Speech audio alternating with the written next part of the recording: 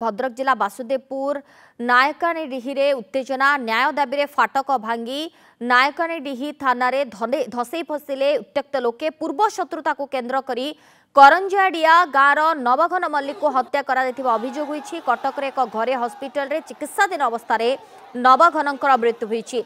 सब गाँव में पहुंचवा परे ग्रामवासी मध्य उत्तेजना प्रकाश पाई। न्याय दाबी में पुलिस और ग्रामवासी मुहांमुही होइछन्ति। थाना आगरे शव रखी धारणा देइछन्ति शह शह ग्रामवासी। करंजियाडिया गाँव नवघन मल्लिक सहित से गाँव भगवान मल्लिकर परिवार मध्य शत्रुता लगी रही। गत 2 तारिख दिन नवघन घंटेश्वर बालियापाल घाटर मंते नदी पार हुई घर को फेरुवा बेले भगवान मल्लिक परिवार तांको मिलित भाव में आक्रमण करते। चित्कार शुणी लोके पहुंचबारु छाड़ी पलाई जाइथिले।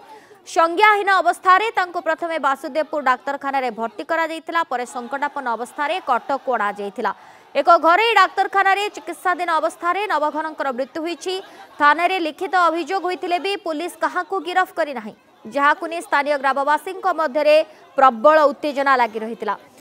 संध्यारे मरशरीर नायकानीडीही पहुंचवा पर उत्तेजित ग्रामवासी थाना फाटक भितर को धसई पशिते। शव को थाना भितर रखी ग्रामवासी धारणा देइछन्ति। अभियुक्त गिरफ नहेबा जाए शव उठिब नाही बोली जिद धरी बसिछन्ति उत्त्यक्त लोके। स्थिति को नजर रखी घटनास्थल में पहुंची अतिरिक्त एसपी सहित भद्रक एसडीपीओ थाना अधिकारी को निलंबन पाई दावी करिसेंति ग्रामवासी। दादा को मार दिया बाटे की साबुल छोरी सबू एंतार बाटे के मार दी सबू जगह बाटे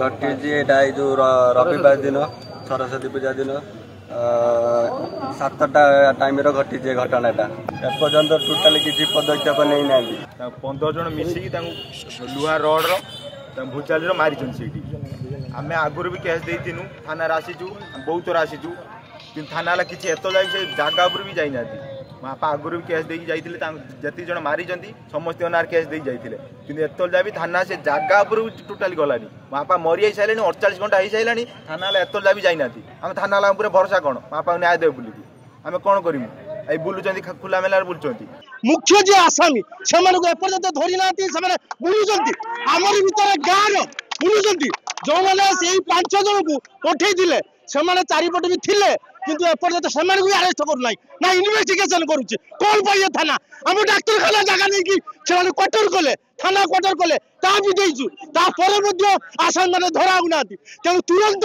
आसामी मान को अरेस्ट कर दाबी 72 घंटा जाइए जड़े सुधा आसामी को अरेस्ट करना एपर्यंत अरेस्ट कहीं ना से 3 दिन जाए बोधे 307 लगी से पुलिस अरेस्ट कर पारे कौन करना होती सब मरीगला सब रखी ये कर लोक को से लोक को न्याय मिलू जो मैंने प्रकृत आसामी से समस्ते अरेस्ट हवा दरकार खूब शीघ्र से परिवार 2टे छुआ अच्छा जानूँ छोट छुआ पाठ भी पढ़ी सरकारी चाकरी एसपी महोदय को अनुरोध कर नियुक्ति दवा दरकार।